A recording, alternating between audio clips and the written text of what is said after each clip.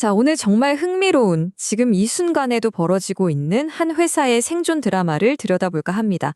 바로 오리엔탈 라이즈 홀딩스의 상장 폐지와의 싸움이죠. 지금 보시는 이 숫자 0.0867달러. 이게 바로 오늘 이야기의 주인공 오리엔탈 라이즈 홀딩스. 우리가 줄여서 OIS라고 부를 이 회사의 현재 주가입니다. 그리고 바로 이 숫자 1달러. 이게 바로 이 회사가 나스닥에서 살아남기 위해 정말 필사적으로 넘어야 하는 마법의 숫자예요. 남은 시간은 딱 9일입니다. 이 엄청난 격차를 메우기까지 단 9일밖에 안 남았다는 거죠.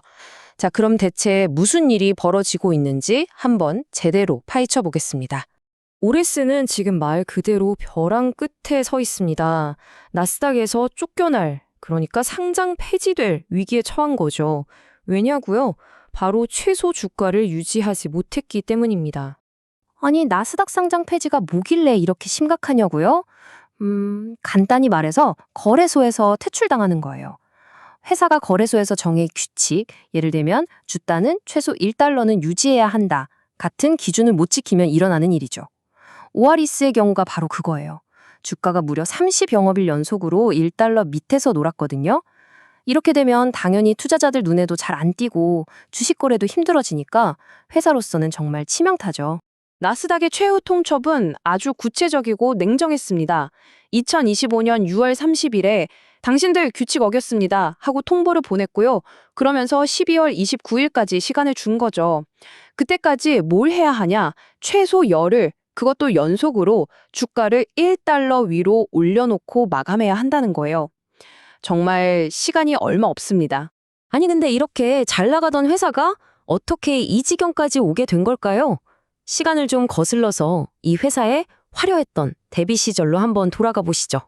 이거 정말 믿기지 않는 데뷔 아닌가요? 보세요. 2024년 10월, 그러니까 불과 1년여 전만 해도 주당 4달러에 화려하게 상장해서 800만 달러가 넘는 돈을 끌어모았던 유망한 중국채 회사였습니다. 근데 지금은요, 2025년 12월 주가는 8센트, 0.08달러로 곤두박질 쳤고 회사 가치의 97% 이상이 그냥 공중으로 사라진 겁니다. 그리고 이제는 상장 폐지를 걱정해야 하는 신세가 된 거죠. 근데 이 회사의 주가 하락이 그냥 쭉 미끄러진 게 아니에요. 더 이상한 건 전문가들이 말하길 도저히 기본적인 분석으로는 설명이 안 되는 급등과 엄청난 변동이 있었다는 점입니다. 한마디로 주가가 롤러코스터를 타도 너무 이상하게 탔다는 거죠.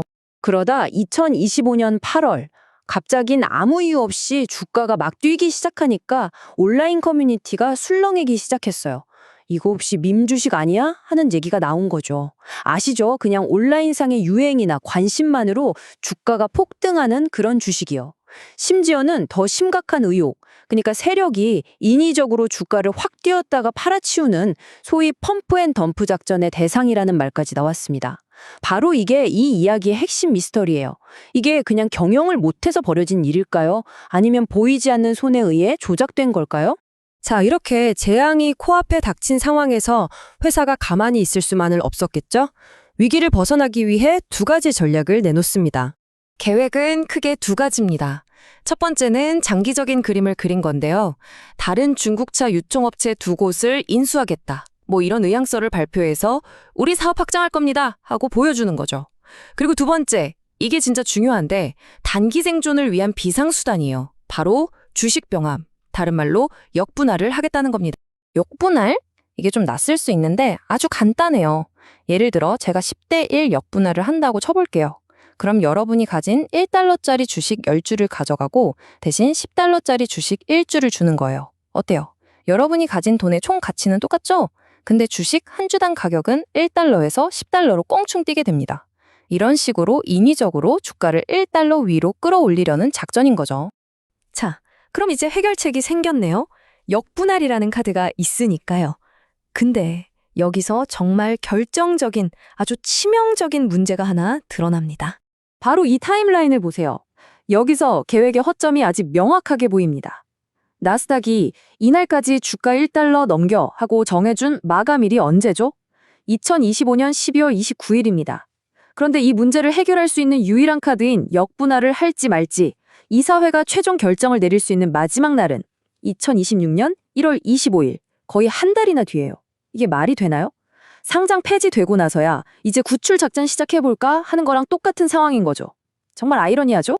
도대체 왜 이사회는 회사가 쫓겨날 수 있는 날짜보다 거의 한 달이나 지나서야 조치를 취할 수 있도록 마감일을 설정했을까요? 여기서 다시 한번 의문이 생기는 겁니다.